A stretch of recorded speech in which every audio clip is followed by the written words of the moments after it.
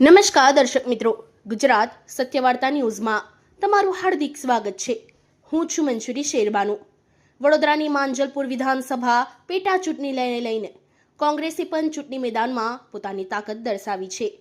કોંગ્રેસના ઉમેદવાર ભીખાભાઈ રબારીએ આજે જિલ્લા ચૂંટણી અધિકારી સમક્ષ ઉમેદવારી પત્ર દાખલ કર્યું।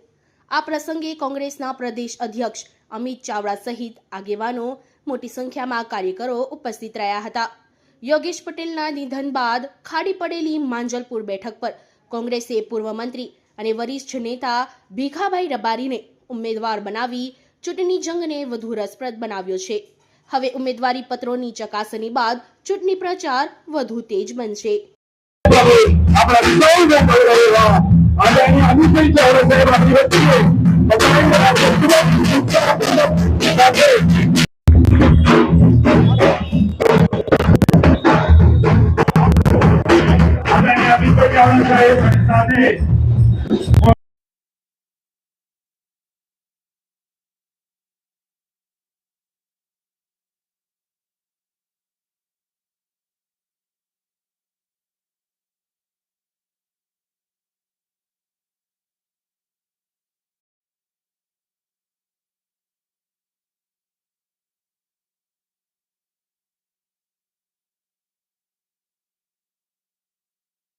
ઋત્વિજભાઈ જોશી શહેર કોંગ્રેસ સમિતિના પ્રમુખને વિનંતી કરું કે સુંદરની આદિની આદરણીય અમિતભાઈ સાહેબનું સ્વાગત કરે।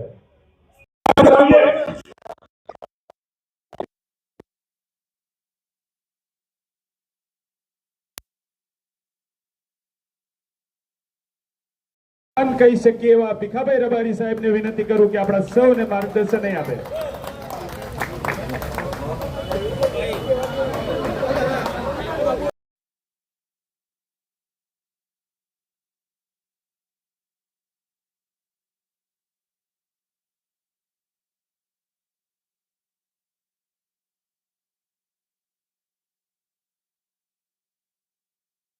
સમિતિના પ્રમુખ આદરણીય અમિત ચાવડા સાહેબ, આપણા માંજલપુર વિધાનસભાના પેટા ચૂંટણીના ઉમેદવાર આદરણીય ભીખાભાઈ રબારી સાહેબ, આપણા વડોદરા શહેર જિલ્લાના પ્રભારી સંદીપભાઈ માંગરોલા।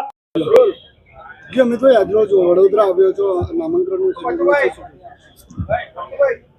વડોદરાના ધારાસભ્ય યોગેશભાઈ પટેલના અચાનક દુઃખદ અવસાનને કારણે જે માંજલપુર વિધાનસભાની બેઠક ખાલી પડી, એની પેટા ચૂંટણીમાં કોંગ્રેસ પક્ષ તરફથી ખૂબ જ નિષ્ઠાવાન, પ્રમાણિક લોકોની વચ્ચે દિવસ રાત રહીને વર્ષો સુધી જેમણે સેવા કરી છે એવા ગુજરાત સરકારના પૂર્વ મંત્રી, અમારા પ્રદેશ કોંગ્રેસ સમિતિના ઉપપ્રમુખ અને ગરીબો માટે હંમેશા લડતા, ગરીબોનો અવાજ એવા આદરણીય ભીખાભાઈ રબારી સાહેબને ઉમેદવાર તરીકે કોંગ્રેસ પાર્ટીએ પસંદ કર્યા છે। એ માટે હું અમારા રાષ્ટ્રીય અધ્યક્ષ આદરણીય ખડગે સાહેબ, વિપક્ષના નેતા આદરણીય રાહુલજી, સોનિયાજી, અમારા પ્રભારી આદરણીય મુકુલજી, કેસી વેણુગોપાલજી, તમામ નેતૃત્વનો આભાર માનું છું। આજે સમગ્ર વડોદરા અને ખાસ કરીને માંજલપુર વિધાનસભા વિસ્તારના તમામ આગેવાનો, કાર્યકરોને બધા જ સમાજના લોકો ભીખાભાઈની જે પણ પસંદગી થઈ છે એને આવકારે છે। આજે અમે બધા જ સાથે મળી અને એમનું ઉમેદવારી ફોર્મ ભરવા જઈ રહ્યા છે। અને જે માંજલપુરની ચૂંટણી છે એ ખાલી એક માંજલપુર વિધાનસભાની ચૂંટણી નથી। આ વડોદરા શહેરમાં ભારતીય જનતા પાર્ટીની જે ટ્રિપલ એન્જિન સરકાર છે એનો જે ભ્રષ્ટાચાર છે, ગેરવહીવટ છે, જે જોહુકમી છે, જે સત્તાના જોરે લોકોનો અવાજ દબાવવાનો પ્રયત્ન થાય, દર ચોમાસું આવે વિશ્વામિત્રી નદીમાં માનવ સર્જિત આ ભાજપના ભ્રષ્ટાચાર સર્જિત જે પૂર આવે છે અને લોકોને હેરાનગતિ થાય છે, માલ મિલકતને નુકસાન થાય છે, જે ભ્રષ્ટાચારના મુદ્દાઓ છે, મોંઘવારીના મુદ્દાઓ છે, રોજગારીના અને શિક્ષણના પ્રશ્નો છે, આ બધા જ મુદ્દા પર માંજલપુર વિધાનસભાની પેટા ચૂંટણી લડાશે। એક એક ઘેર જઈશું, એક એક મતદારને મળીશું અને આ વડોદરાવાસીઓ આખા ગુજરાત અને દેશને આવનારા દિવસોમાં સંદેશ આપશે કે આ માંજલપુરની સીટ પર કોંગ્રેસને આશીર્વાદ આપીને ભારતીય જનતા પાર્ટીનું જે ભ્રષ્ટ શાસન છે એને 2027માં જાકારો મળવાનો છે। એનો સંદેશ આ માંજલપુર વિધાનસભાની સીટ પરથી અહીંની જનતા અને મતદારો આપશે। જઈ રહ્યા છો, માહોલ જામ્યો છે, કાર્યકર્તાઓમાં પણ ઉત્સાહ અનેરો છે, શું કહેશો? એ બધી આ ઉત્સાહ બતાવે છે, એનું પરિણામ શું આવવાનું છે ખબર જ છે બધાને. એટલે હું કોઈની ટીકા કરવા માગતો નથી.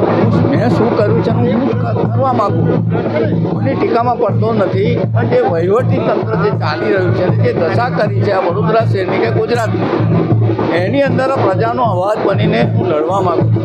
એટલે પ્રજાને વિનંતી કરવાનું છું કે આ એરિયાની અંદર જ્યાં ચૂંટણી થઈ રહી છે ત્યાં હું ધારાસભ્ય હતો, કોર્પોરેટર હતો, બરોડા ડેરી ડાયરેક્ટર હતો, એમએસપી સેનેટ સભ્ય હતો, આ બધું મેં ભોગવી ચૂકેલો છે, એનો લાભે આપેલો છે. હવે વિનંતી કરું છું કે તમે મને અનુભવી ચૂક્યા છો, હવે મને તક આપો જેથી કરીને આ લોકો સામે હું લડી શકું, તમારા માટે લડી શકું. જે દશા આખા ગુજરાતની ને આ વડોદરા શહેરની પણ ગંદુ પાણી, એર ક્વોલિટી બગાડને, ટ્રાફિકની સમસ્યાઓ, આવા તો અનેક પ્રશ્નો છે. એના માટેની લડતો હું લડીશ.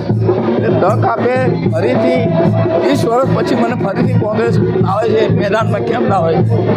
એટલે એમનો પણ આભાર માનું છું, અમિતભાઈ ચાવડા સાહેબનો, તુષાર ચૌધરીનો. એ પ્રજા મને તક આપે એવી મારી વિનંતી.